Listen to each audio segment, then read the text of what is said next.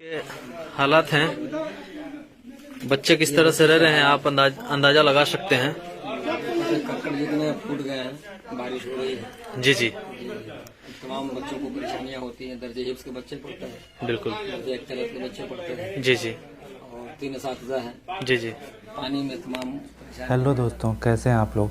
आप अपने घर में चैन से सो रहे हैं। सोचिए कि मतलब मैं भी इतनी ठंडी में जैकेट पहन के ही बैठा हूँ और कंबल तो उड़ते ही उड़ते हैं। और अगर कहीं पे बच्चे ऐसे हैं जिनको ठंडी में भी बारिश की वजह से कंबल भीग जा रहा है, उनको रात में सोने की भी जगह नहीं है।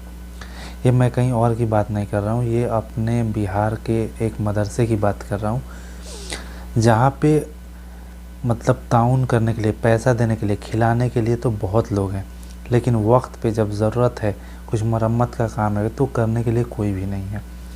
ये बात मैं इसलिए बता रहा हूँ क्योंकि मैं पिछले कई वीडियो में बात कर चुका हूँ कि एजुकेशन पे हम लोग को ध्यान देना चाहिए। लेकिन एजुकेशन पे ध्यान देने से आदमी क्यों पीछे हटता है? क्योंकि पैसे की वजह से, पैसा नहीं होने की वजह से लोग पढ़ाई से अपने बच्चों को हटा देते हैं और किसी काम में लगा देते हैं। और या तो कुछ गरीब बच्चे होते हैं तो वो किसी मदरसे में चले जाते हैं और वहाँ पे पढ़ाई करते हैं। तो जब गरीब बच्चे मदरसे में जा रहे हैं पढ़ने के लिए, तो वहाँ पे ना अच्छे टीचर होते हैं। क्योंकि टीचर क्यों नहीं होता? अच्छा सैलरी देके उनको रखने वाला नहीं है। हमारे पास और आपके पास पैसे तो हैं, लेकिन हम इस जगह पे मदद नहीं कर रहे हैं ताकि बच्चे पढ़ सकें। अगर वो पढ़ेंगे नहीं तो फिर हमारा कौम आगे कैसे जाएगा? और जब आगे जाएगा नहीं तो हम पीछे जाहिलियत की तरफ ही भागेंगे। अब उनको तो दीन का इल्म तो मिलता है, लेकिन दुनियावी इल्म उनको थोड़ा भी नहीं मिल पाता, क्योंकि वहाँ टीचर ही नहीं होते। आप सोचिए, एक टीचर जो 5,000 से 10,000 की तनख्वाह में अगर वहाँ रखा जाए तो कम से कम 100 बच्चे पढ़ सकते हैं। जितने उस मदरसे में बच्चे वो सब पढ़ सकते हैं।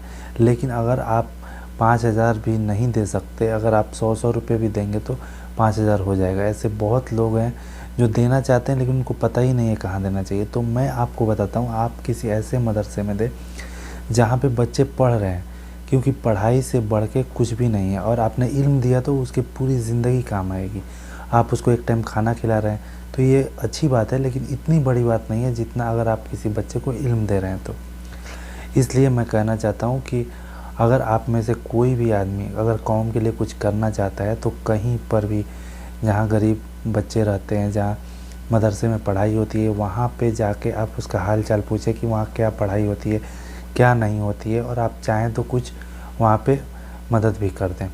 चलिए, अगर आप मदद करना चाहते हैं तो मैं एक जो शुरू में कहानी बताई थी, जहाँ पे टूट जाने की वजह से कंबल गीला हो गया था, छत टूट जाने की वजह से, और बच्चे ठंडी की वजह से रात में सो भी नहीं पा रहे थे, वहाँ पे कुछ भाइयों ने जाकर मदद भी किया। लेकिन फिर भी अगर आप चाहते हैं तो मैं उसका एड्रेस अपने डिस्क्रिप्शन में दिया हूँ, आप कॉल करके आप वहाँ अगर जा सकते हैं तो जाके मदद कर सकते हैं।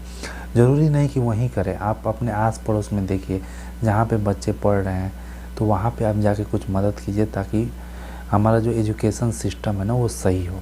चलिए, आज का वीडियो मैं यहीं ख़त्म करता हूँ, और आपको क्या लगता है इसके बारे में कमेंट ज़रूर कीजिए। और आलतू फालतू वीडियो शेयर करने से ज़्यादा अच्छा है कि आप इस तरह के वीडियो शेयर करें ताकि किसी बच्चे की मदद हो सके। Bye bye.